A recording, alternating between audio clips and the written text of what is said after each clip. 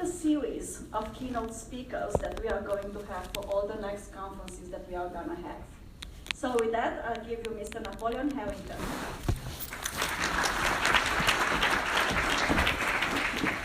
Thank you.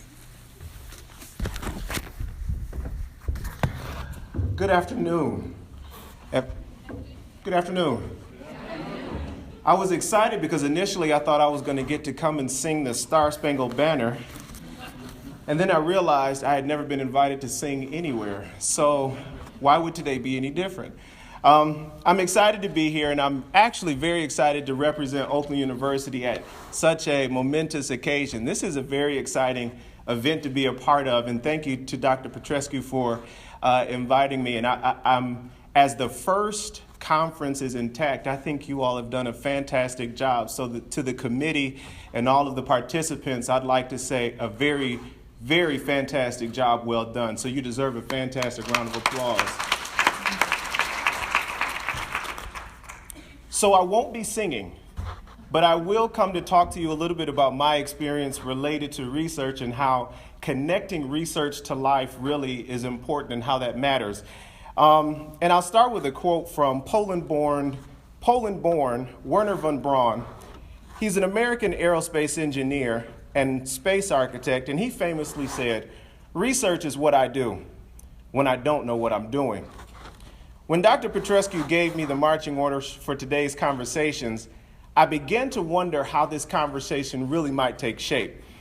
There was one piece of our conversation that really got my interest, and it had me thinking pretty clearly. It was the part where she said, "I want to make sure you stay within this 10 to 15 minute time frame." And of course, I've got to share with you what kind of experience that took me on. Although I've done a ton of talks and speeches, I couldn't stop thinking about that 10 to 15 minute rule. How in the world do people know how long to go or how much to say within that 10 to 15 minutes? I wasn't worried about the limitation of time per se, but I was really interested in knowing, when do people know when to stop talking? So off I went to check out some research. Of course, it's a research conference, so I thought it was important to do my due diligence. So I went to go check out the rate of speech in order to time how this thing was going to go. So I got to tell you how fascinating of a research journey I had with this.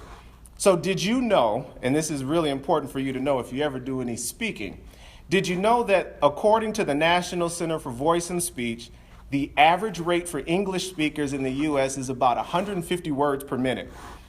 Interestingly enough, auctioneers are generally between 250 words per minute and 400 words per minute, while the average reading rate is about 200 to 300 words per minute.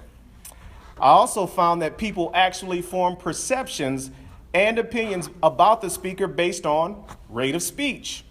In 1976, the Journal of Psychology and Social Psychology looked at speech rate and persuasion. Here's where it gets real interesting. Interestingly enough, the results suggested that the faster speakers, 195 words per minute, were the most persuasive per speakers, then slower speakers, which were 102 words per minute. So initially, it was pretty clear to me the rate of speech I was going to speak for you today. I was going to do this talk as fast as I could so that you could believe me more. However, you know how research is because you're researchers. Research gets progressive. I kept reading research from 15 years later in 1991 on the same topic, and there was a more nuanced relationship when it came to speech rate and persuasion. Smith and Schaefer suggested that when messages that were counter-attitudinal or against what the message might be, fast talking was more persuasive. Yet, if the audience inherently agreed with the message, then slow speech emerged as the more persuasive speech. So then I changed my mind again. I then changed my mind from fast-paced speech to normal speech, because instead of speed reading through this speech in order to get your buy-in, I realized that inherently most of you believe in research and that you know that it's inherently valuable and it's priceless. Each of us in this room, we share a fundamental value when it comes to the work that we do. We're naturally curious about life. The famous African-American author Zora Neale Hurston says, research is simply formalized curiosity. It's poking and prying with a cause. This quote reflects the truth that we tend to hold, all of us here, related to research. That it begins with a natural curiosity, and it becomes research when we implement the formalized scientific method to it. The quote had me thinking about my life in my childhood. I was born in Biloxi, Mississippi. Any Mississippians out there? Figured I'd be alone. My family was a military family, and we traveled quite often after I was born. And of course, this kind of creates the story of my life, developing the researcher and social scientist within me.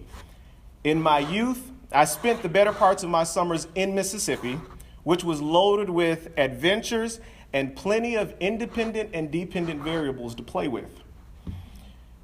For example, I had done experimental and extensive research with a variety of lizards and many different types of frogs that I found within my surroundings. Every amphibian I tested, every particular lizard that I tested, astoundingly, when left in direct sunlight in a mason jar with only grass and an airtight sealed cap, I realized that neither one of them adapted to the environment and for some reason decided to stop participating in the research. It was virtually impossible to really monitor the findings, and now I do understand that I'm in a room full of researchers, and many of you are thinking, well, that crosses a lot of ethical lines, and it does pose a lot of moral dilemmas. And I was soon to learn that from a 9-year-old as I moved into my undergraduate and graduate training. I imagine many of you kind of started with this level of curiosity in your own lives and kind of transitioned that into your futures. As we are a part of the conference today, as a whole, we explore the information that was presented today. It's clear that the diligence and work ethic and research that went into your presentations and breakout sessions demonstrate that you too are compelled to understand the world around you. You, my friends, have set out to discover ways to improve the quality of life in our society while impacting future generations. You demonstrate to the world the value of research in a complex society. Your efforts and findings reflected here today continue to answer the question that's posed by the general public quite often. What's the point of all this research? What's the real value that we have? Research, you know, is an essential component to any professional life, no matter what field one works in. From medical laboratory sciences to human resource development to molecular engineering, it's vital that in each of our fields we never lose our sense of curiosity, our sense of wonder, our sense of discovery, our sense of exploration, because those are all vital components to the success of our fields. Throughout our careers, research will inform us on the need to correct course if we're going in the wrong direction. It brings us back to balance in our efforts to bring things back together. The scientific knowledge we gain from research can improve the quality of life on many levels, from the intimate individual parts of our daily lives to even solving global, more broad issues.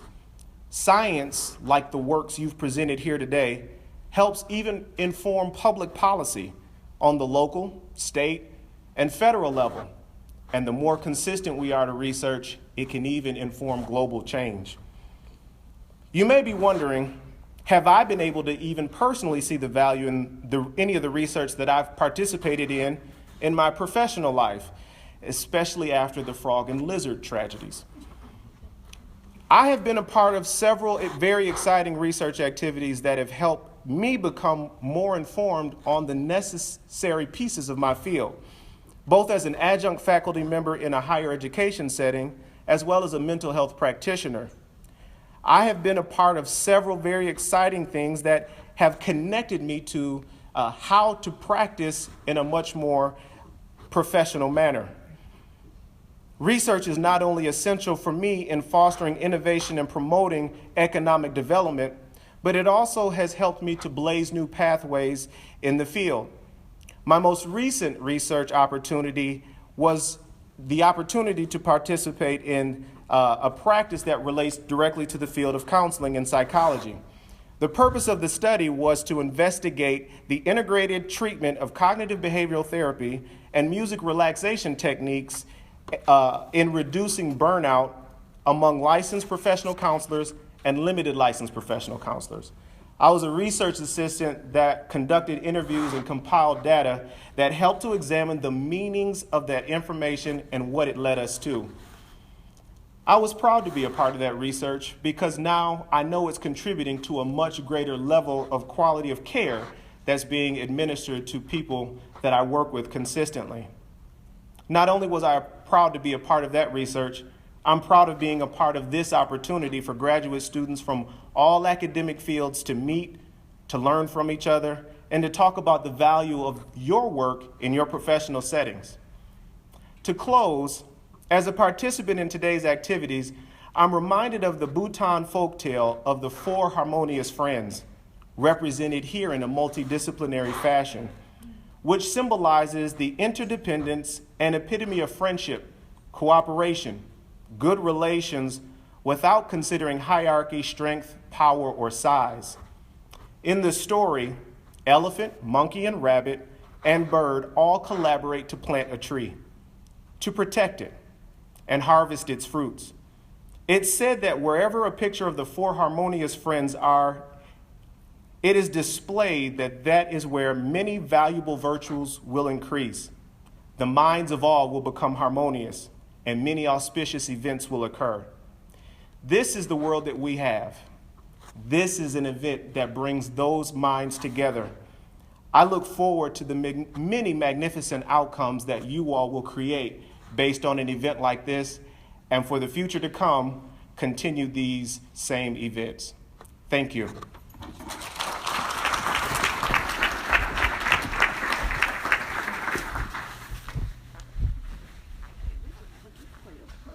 Just because you got into the time frame. Okay.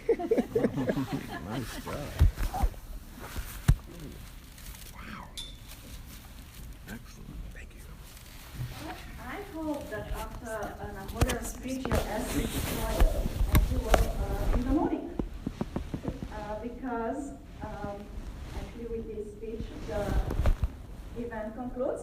This was the last activity for the day. But it doesn't mean that we are done, because this is just the beginning. And I really would like to know how many of you think that we will be having another conference like this next year. Okay, well, it looks like it's unanimous.